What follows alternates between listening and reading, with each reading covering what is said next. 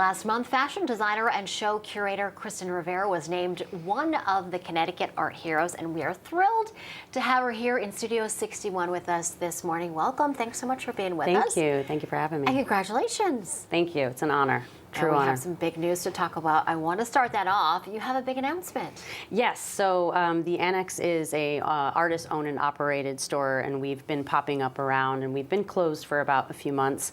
And we are actually having our grand reopening in New London on 140 State Street at March 25th. So we'll be reopening, and we are owned and operated by artists. We'll showcase and sell art, apparel by local artists, over 20 different local regional artists. So we're looking at the space of the Annex right now. That's one of the spaces. One of the new spaces.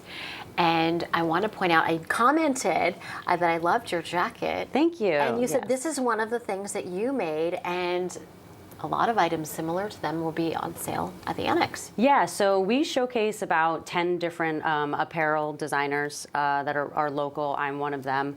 I sort of make femme comfort, so I try to make items that can be worn either casually or dressed up.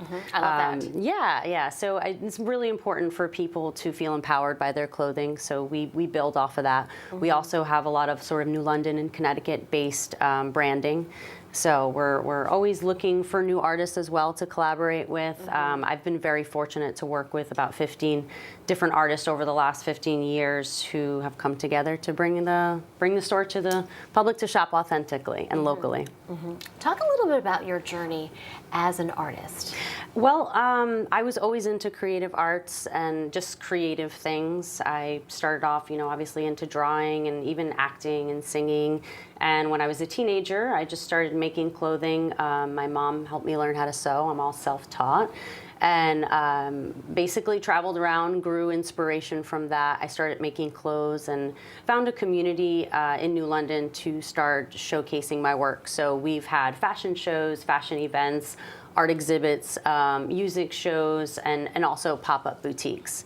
And having a store is a big dream of mine, and being able to offer, what I make, one-of-ones, a lot of like very unique clothing, and being able to do that within a community of artists is really important. So yeah. I have to imagine some of the items are one of a kind, right? Yeah. Oh yeah. Most of them are. I usually only make 2 or 3 of each piece.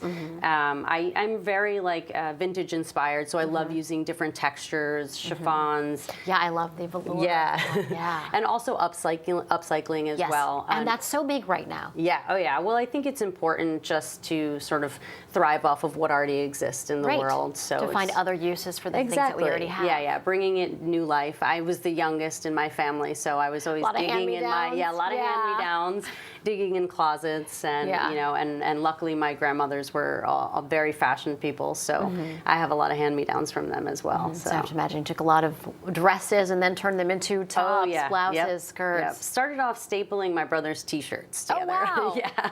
Oh my gosh. Yeah. Oh yeah. I have to imagine some great stories there. Yeah. Now, if someone is watching and they're an aspiring artist, either with design, fashion, or whatever it might be, what kind of advice would you have for them who they might be, feeling a little bit of a struggle? I think the most important thing is to don't make excuses and just do it.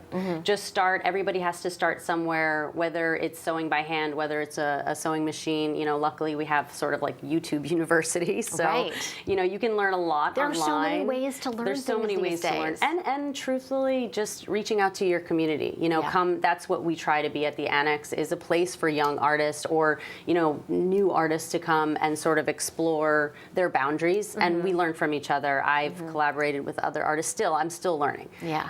Different dyeing techniques and just different ways to sort of bring out and express myself. Right. So I love to hear that it's such a supportive community. Yeah, we definitely try to be, absolutely. Now we have to wrap this segment up, but I do want to know, I'm curious for myself, do you have online ways to purchase and view some of these items? I do custom work online. Okay. We're hoping to, once we open the store in March, for sure by the summertime, we'll have an online base. So that's in the future. We're getting there. Well, thanks so much, Cristin. Congratulations. And thank you. Very exciting news for you. Yeah, thank you so much. Appreciate you being here.